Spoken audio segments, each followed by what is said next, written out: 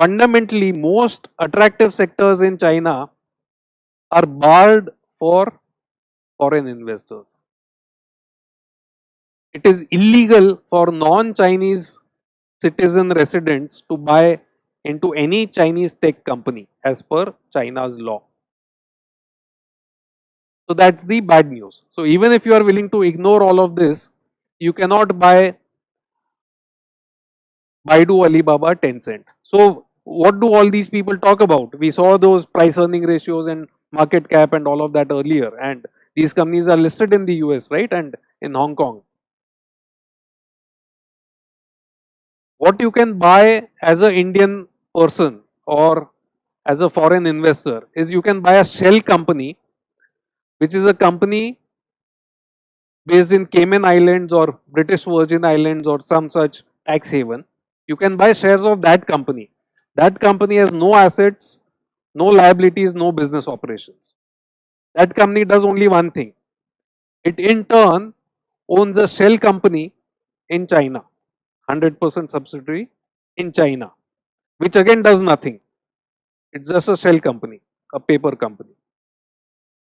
That Chinese shell company has an agreement with the actual Alibaba or with the actual Baidu or the actual Tencent saying we have an economic interest in your company. In good faith, all the profits and all the things that you make belong to us, and they have signed that agreement. Is that agreement valid? It's illegal as per Chinese law. But Chinese companies want foreign capital, foreign investors are salivating at such a large market, and investment bankers are very happy if they get fees doing these IPOs and having foreign listings.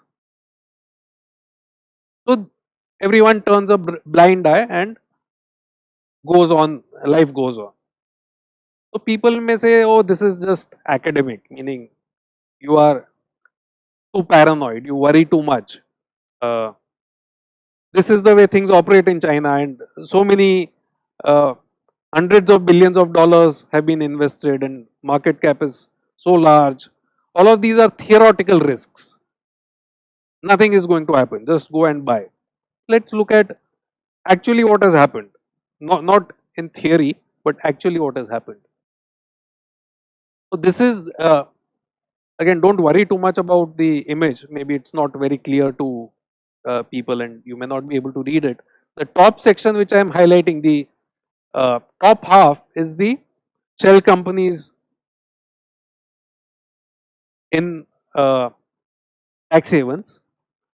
This row, second from the last, that row is shell companies in China, and the bottom row is actually the Chinese operating companies, and the arrows that go between the last row and the second last row are the contracts.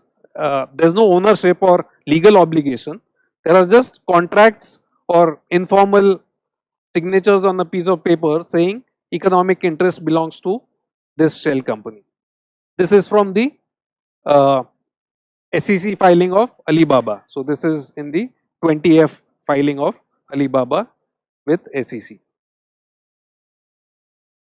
So I said that this risk is not just theoretical, it's actual.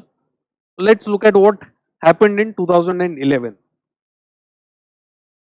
In 2011, Yahoo owned 43% of Alibaba via this VIE structure. So Yahoo owned a shell company in Cayman Islands or BVI. That shell company owned a shell company in China. That Chinese shell company had a contract, VIE contract with the actual Alibaba. At that time, Alibaba was the owner of Alipay. Alipay was demerged from Alibaba without even informing Yahoo, which is the 43% owner of that VIE. Yahoo did not come to know about this for almost a year or year and a half, saying they were thinking that we own Alipay. Finally, Jack Ma and all said, sorry, that is not part of this company anymore. Why did you spin it off? Oh, under the regulation, we would not have got this license or that license, or we felt that it would be better to have it as a separate company. That Alipay was going to come out with the IPO at a valuation of $350 billion. There was a dispute between Yahoo and Alibaba. Mind you, Yahoo owns 43% of Alibaba. Spin-off happened without their knowledge. How much was Alibaba, how much was Yahoo offered as settlement for that 43%? Any guesses? Between 2 and $6 billion. Take it, this is, and that's the amount at which they had to settle. What can Yahoo do? Go to China and sue Alibaba? It's illegal. You can't even invest in Alibaba. Look at our law. Do you own Alibaba China? No, there is some VIE contract, some vague contract. The equivalent of this would be if we as shareholders in Amazon suddenly find out after a year or so saying that Amazon actually does not own AWS. That is owned by Jeff Bezos in his personal capacity. It's something like that.